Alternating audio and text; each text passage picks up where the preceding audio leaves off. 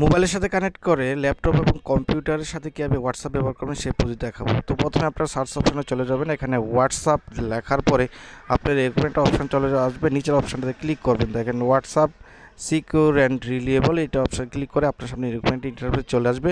এখান থেকে দেখেন লগ ইন কোন যে অপশনটার মধ্যে ক্লিক করেন, ক্লিক করার পর সাথে সাথেই আপনার হোয়াটসঅ্যাপ যে অ্যাপসটা আছে ওটার মধ্যে মূল অপশানে চলে যাবে। এখান থেকে আপনার একটা কিউআর কোড দেখাবে, এটার মধ্যে আসার পর তারপরে আপনার মোবাইল অপশানে চলে যাবেন। মোবাইল থেকে আপনার যে হোয়াটসঅ্যাপটা আছে সেটাতে ঢুকবেন, ঢুকার পর উপরে দেখেন 3 লাইন নামে যে অপশানটা আছে ওই অপশানটাতে একটা ক্লিক করবেন। উপরে দেখেন 3 লাইন নামে অপশানটা আছে, এটাতে ক্লিক করার পরে লিঙ্ক অপশানটা হচ্ছে ক্লিক করবেন।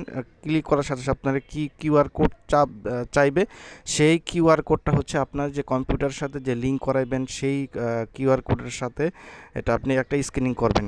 স্ক্যানিং করার সাথে সাথেই আপনার আর কম্পিউটারের ডেস্কটপ দেখেন আমি স্ক্যানিং করাচ্ছি, একটু ওয়েট করেন। কম্পিউটারের সাথে স্ক্যানিং হচ্ছে, আমার যেই মোবাইল আছে যে স্ক্যানিং হইলো।